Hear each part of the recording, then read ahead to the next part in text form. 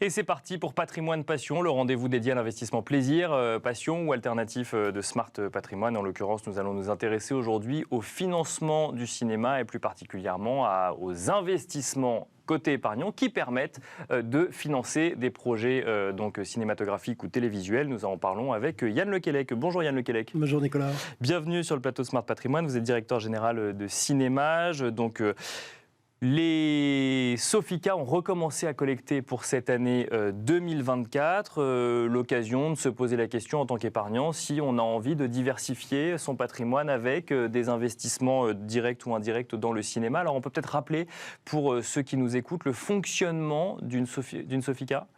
Bien sûr, avec plaisir. Donc Sofica, déjà, ça signifie Société pour le financement de l'industrie cinématographique et audiovisuelle. Donc Bien déjà, sûr. ça annonce un peu le programme. On va financer des films et des œuvres audiovisuelles, et notamment des séries.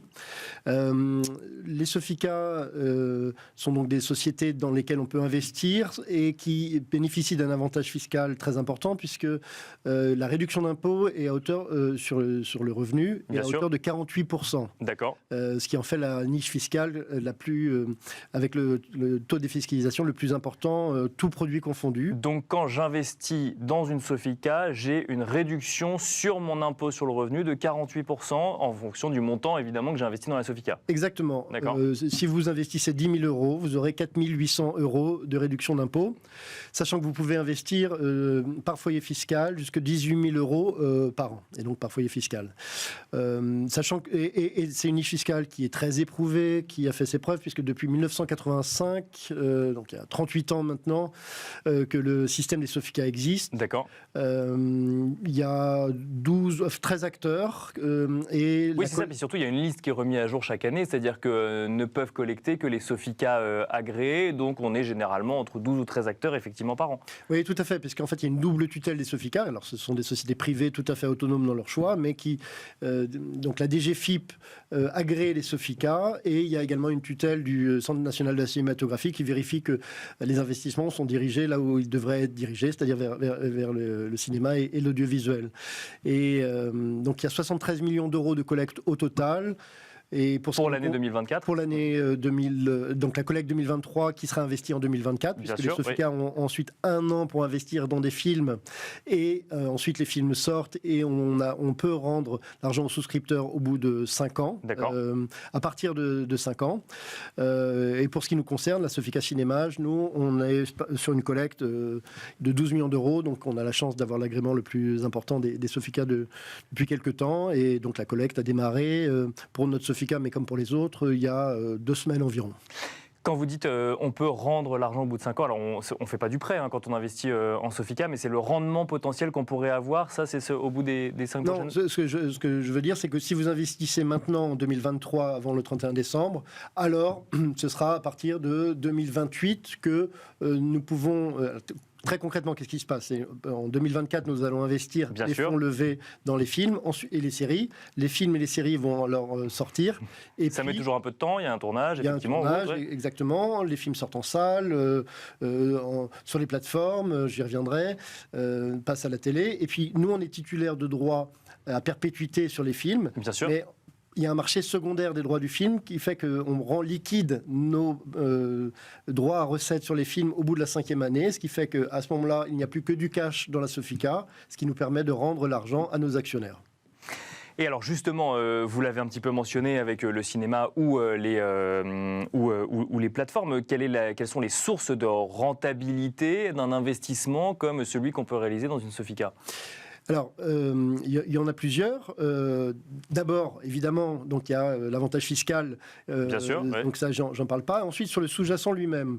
En fait, sur quel marché on investit ? On investit sur le marché du cinéma et de l'audiovisuel. La bonne nouvelle, c'est que ce sont 2 marchés, j'aurais pas dit la même chose, et je n'ai pas dit la même chose l'année dernière, c'est que ce sont 2 marchés en forte croissance. D'accord. Le cinéma, qui a beaucoup souffert pendant le Covid, ne serait-ce que parce que les salles étaient fermées. Oui, bien sûr. Et puis ensuite, le secteur ayant été fragilisé, il y avait un embouteillage de films dans les salles et une baisse d'habitude des spectateurs pour aller en salle. Tout ça, c'est derrière nous.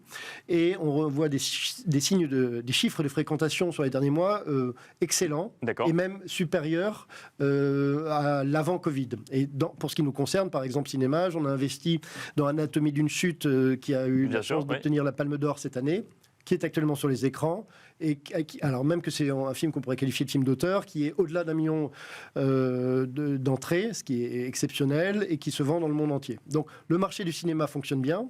Et le deuxième marché principal sur lequel on investit, c'est le marché de l'audiovisuel, donc soit les unitaires, soit les séries.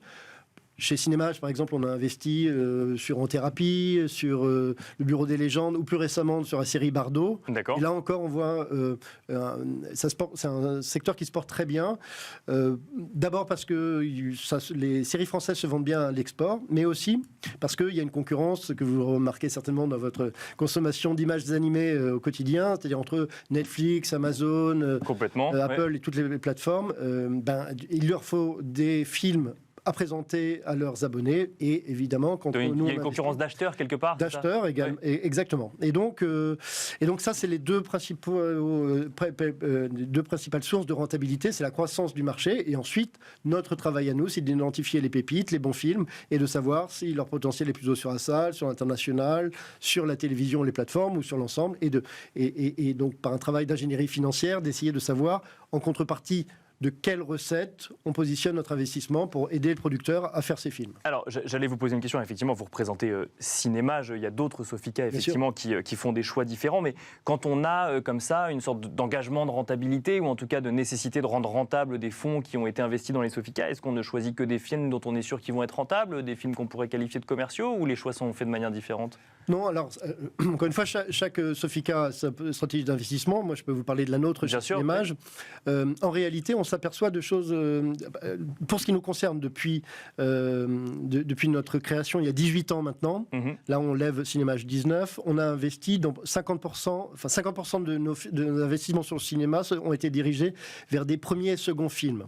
Donc, pour nous, il est très important, et c'est le sens aussi de l'avantage fiscal, que nos investissements aident à régénérer les talents et les films français. Je donne un exemple très concret. Justine Triet, Palme d'Or 2023. On a contribué, on était partenaire de son premier film, de son deuxième film, de son troisième film, et donc de cette Palme d'Or. C'est-à-dire qu'on l'a accompagnée alors même qu'elle n'avait rien fait sur son premier film. Et de façon très intéressante, on pourrait se dire, oui, mais très bien, mais la rentabilité dans tout ça. Or, les premiers et seconds films sont souvent des films moins chers, dans lesquels les auteurs ont beaucoup de choses à dire, et on s'aperçoit que en fait, c'est toujours pareil. Il faut positionner le montant investi sur un film par rapport à son potentiel. Bien sûr. Et donc, sur les premiers, on s'aperçoit que les premiers seconds films sont tout aussi rentables, si ce n'est plus, que des films d'auteurs plus confirmés, mais qui vont coûter plus cher, sur lesquels il y aura plus de concurrence pour investir.